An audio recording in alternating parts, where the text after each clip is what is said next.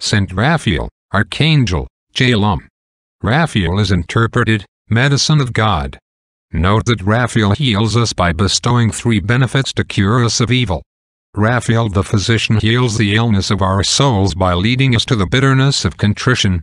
Therefore in the book of Tobias it is said, "When thou shalt enter thy house, anoint his eyes with gall." Tobias did so, his father's eyes were healed and he saw. Why could Raphael not do this himself? Because an angel cannot give contrition, he can merely point the way. The gall symbolizes the bitterness of contrition, which heals the inner eye of the mind. As the psalm says, "Who heals the broken heart?" The bitterness of contrition is the best eye salve. In the 2nd chapter of Judges it is related that the angel ascended to the place of the weepers and said to the people, "I have led you out of the land of Egypt, I have done for you so many and such good things." All the people wept so that the place is called the place of the weepers. Dearly beloved, all day long, the angels tell us of the blessings of God and recall them to our memories. Who created you? Who redeemed you? What have you done? Whom have you offended? If you consider these things you have no recourse but to weep. In the 2nd place, Raphael leads us out of the devil's bondage by recalling to our minds the passion of Christ. This is expressed figuratively in the 6th chapter of Tobias.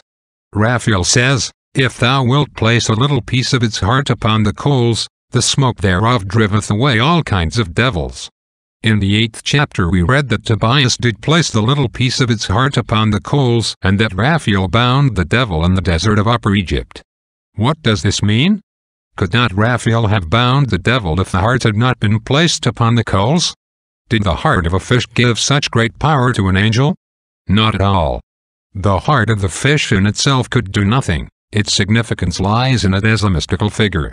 Here we are to understand that there is today nothing which can free us from the slavery of the devil but the passion of Christ. This proceeded from the depths of his heart, namely from his love. The heart is the warm fountain of all life.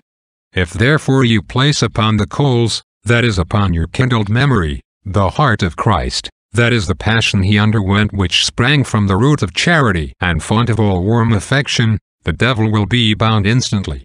He cannot harm you. Thirdly, Raphael frees us from the wrath of God which we incur by sinning against God. He does this by inducing us to pray earnestly. This is what Raphael the Archangel told Tobias in the 12th chapter. "When thou didst pray with tears, I offered thy prayer to the Lord." The angels themselves, so far as they are able, try to reconcile us with God. The devils are our accusers before God. The angels excuse us when they offer to God the prayers they have induced us to say devoutly. This we read in the 8th chapter of the Apocalypse, "The smoke of the incense ascended in the sight of God from the hands of the angel." Those sweet fragrant spices are the prayers of the saints. Would you appease God whom you have offended? Pray then with fervor. The angels offer your prayer to God in order to reconcile you with him. In Luke it is related that when Christ was in agony in the garden, he prayed the more earnestly. An angel appeared and comforted him. All this was done for our sake. Christ had no need to be comforted. Rather was it done to show that the angels help those who pray earnestly, that they help them willingly, comfort them and offer their prayers to God. The Supreme Pontiff, Pope Benedict XV, in 1921, extended the feast of St. Raphael to the Universal Church, for October 24th. Oremus.